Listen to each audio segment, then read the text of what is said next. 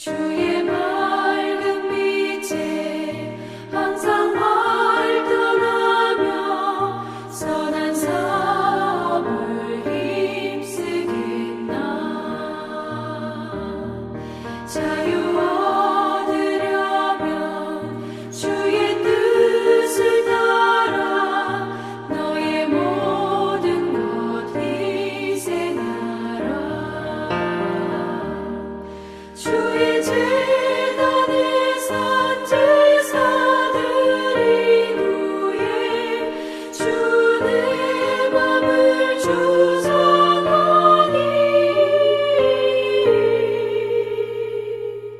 주의 뜻을 따라 그와 동행하며 영생 복락을 누리겠네.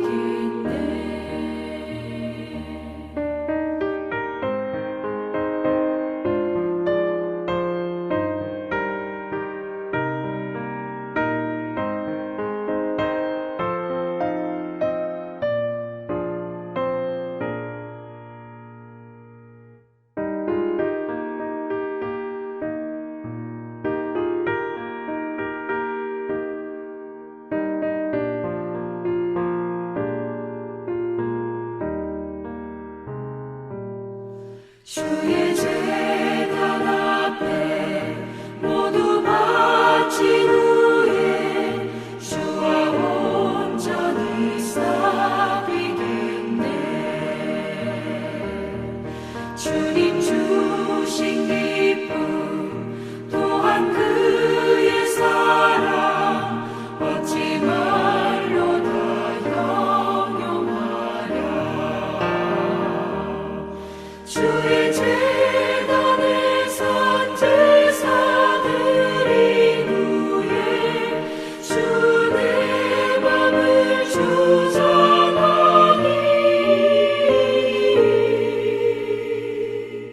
주의 뜻을 따라 그와 동행하며 영생 복락을 누리겠네. 오늘 우리 함께 보실 하나님 말씀은 출애굽기 19장 5절에서 6절 말씀입니다. 제가 봉독을 해드리겠습니다. 세계가 다 내게 속하였나니 너희가 내 말을 잘 듣고 내 언약을 지키면 너희는 모든 민족 중에서 내 소유가 되겠고 너희가 내게 대하여 제사장 나라가 되며 거룩한 백성이 되리라. 너는 이 말을 이스라엘 자손에게 전할지니라. 아멘. 오늘은 본문의 말씀을 통해서 예배자의 법칙 세 번째 이야기로 저와 여러분이 하나님 말씀을 통해서 은혜 받기를 원합니다.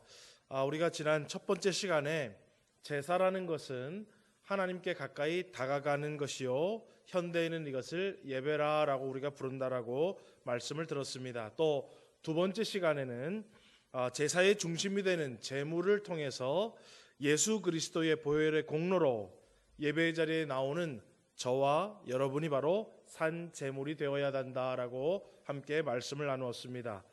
그래서 성도에게 있어서 예배가 참으로 중요한 것이고 또 저와 여러분이 예수 그리스도의 보혈의 공로를 의지하여서 이 예배의 자리에 나오는 것이 너무나도 중요한 것이다라고 말씀을 살펴보았는데요. 오늘은 제사에 있어서 그렇다면 제사장의 역할에 대해서 우리가 한번 말씀을 나누고 저와 여러분이 예배자로서 받을 오늘 은혜를 함께 받는 귀한 시간 되기를 원합니다. 첫 번째로 제사장의 역할이 무엇인가 우리가 한번 생각해 보기를 원합니다. 하나님께서 왜 제사와 이 제사 제도를 만들면서 제사장이라는 사람을 만들어 놓고 이 제사장들에게 무슨 일들을 주어졌을까? 만약에 여러분 우리가 단순히 제사장들이 짐승을 잡아서 제사 드리는 역할만을 한다면 도축업자나 혹은 도우미와 다를 바가 없을 것입니다. 그런데 하나님은 그렇게 제사장을 세운 것이 아니시죠. 성경을 보면 하나님은 세상의 많은 나라들 가운데에 이스라엘이라는 나라를 특별하게 선택하셨습니다. 그리고 이스라엘 이 나라 중에 12지파가 있는데 12지파 중에 특별하게 레위 지파를 또 하나님은 특별히 선택을 하신 것을 우리는 볼 수 있습니다.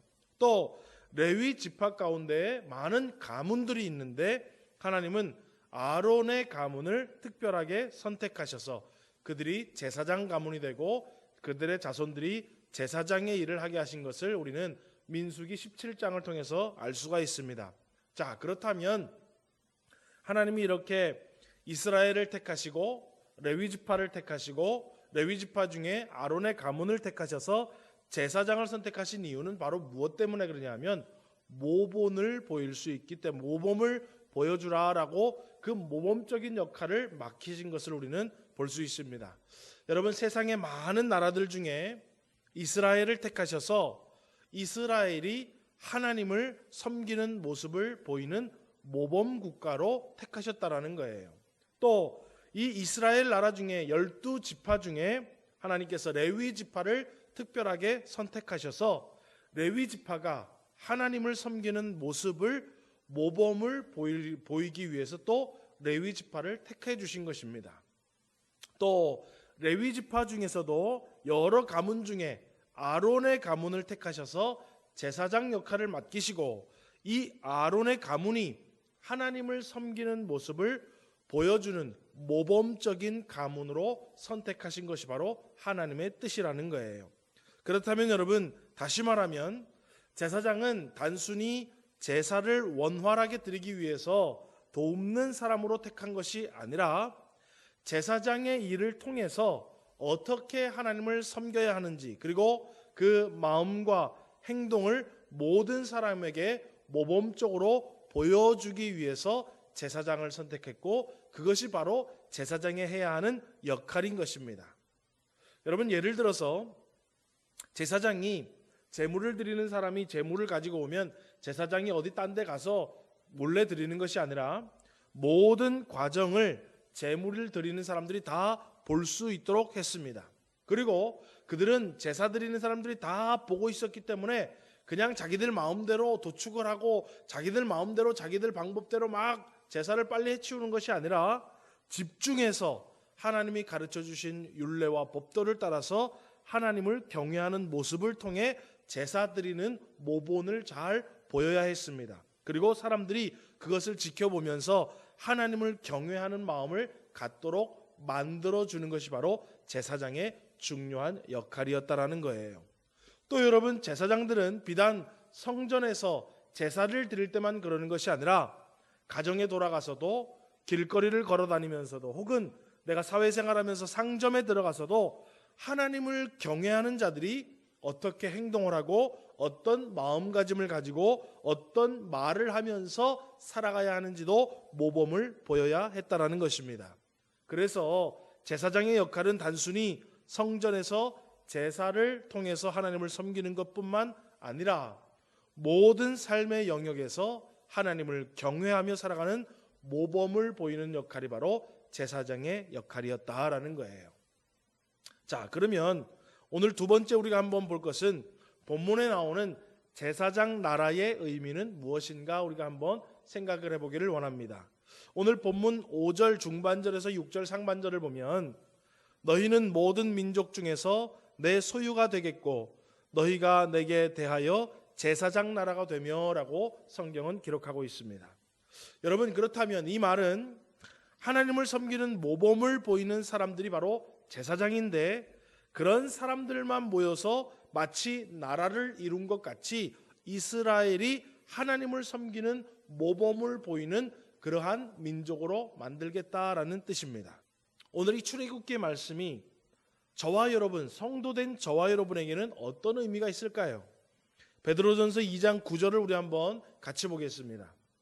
그러나 너희는 택하신 족속이요 왕 같은 제사장들이요 거룩한 나라요 그의 소유가 된 백성이니 이는 너희를 어두운 데서 불러내어 그의 기이한 빛에 들어가게 하시니에 아름다운 덕을 선포하게 하려 하심이라.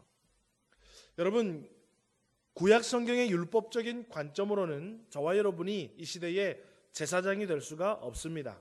하지만 오늘 제가 서두에서 살펴본 것처럼 제사장적인 역할은 우리가 해야 한다라는 것이죠. 다시 말하면 예수님을 믿어 구원받은 모든 사람이 구약의 제사장들처럼 다른 사람들에게 하나님을 어떻게 섬기는지 보여주는 모범을 보인 것처럼 오늘 저와 여러분은 모든 다른 사람들에게 하나님을 섬기는 모습이 이러해야 한다라는 모범을 보이는 제사장적인 역할을 감당하는 자가 되어야 된다라는 거예요.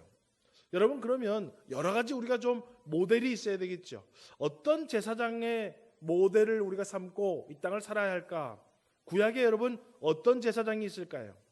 여러분, 실상 구약의 제사장들 중에 온전하고 완벽한 사람은 없지요.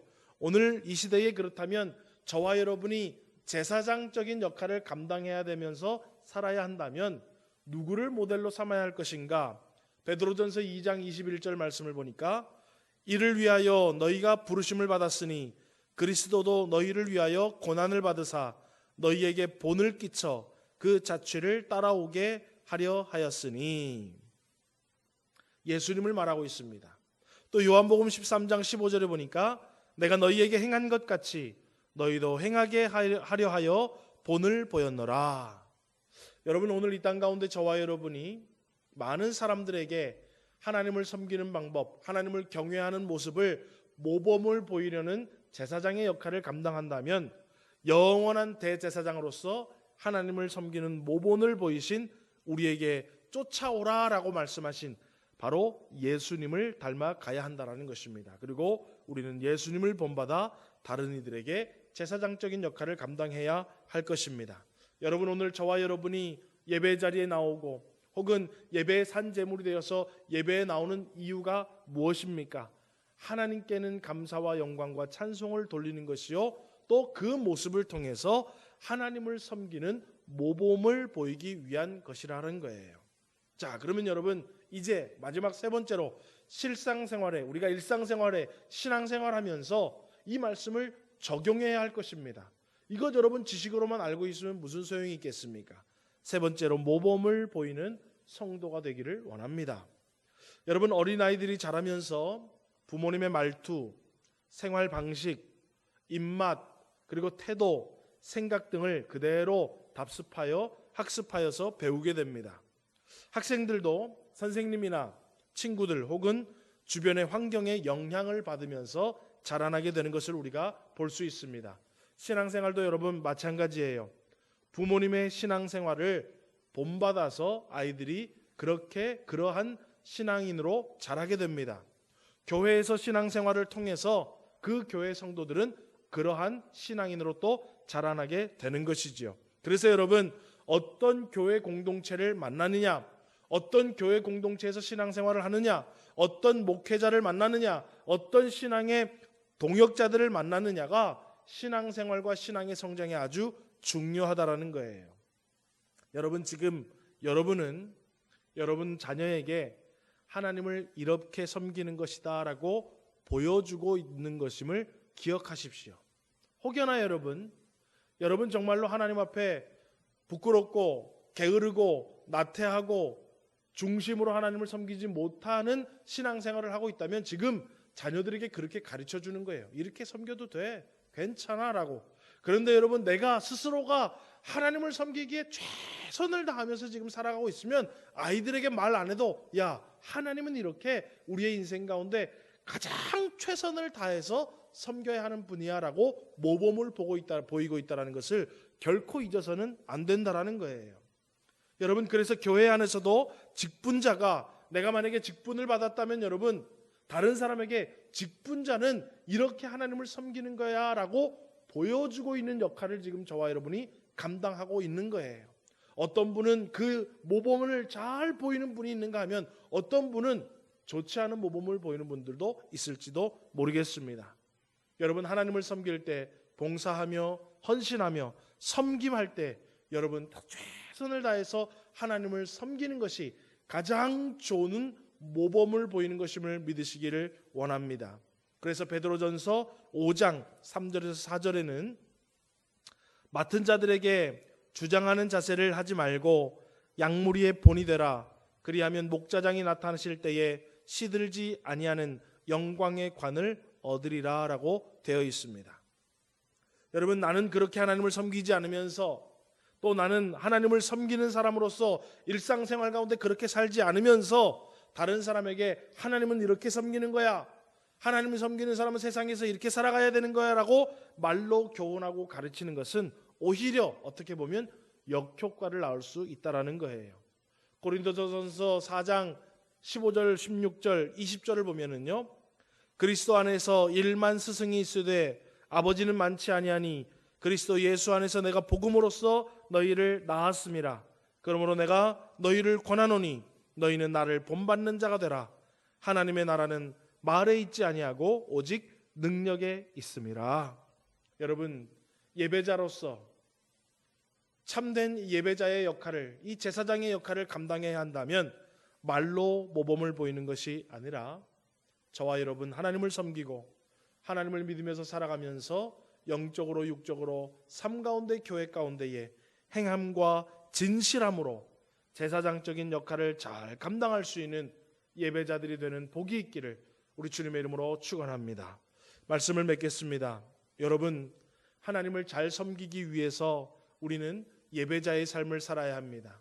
이 예배자의 삶은 예배를 귀하게 여겨야 할 것이고 나 자신이 산 제물이 되어서 하나님 앞에 나오는 사람이 되어야 될 것이고 이 예배의 모습을 통해서 또 이 예배의 모습과 가정에서 돌아가서 가정에서 하나님을 가까이하고 일상에서 하나님을 가까이하며 하나님을 섬기는 제사장적인 역할의 모범을 잘 보여줌을 통해서 하나님께 영광이 되고 많은 사람들에게 선한 영향력을 끼쳐서 온전하게 하나님 앞에 드려지는 예배를 드리는 예배자의 삶을 살아가는 우리 모든 서문교회 성도님들 되어지기를 주님의 이름으로 축원합니다. 날 위하여 십자가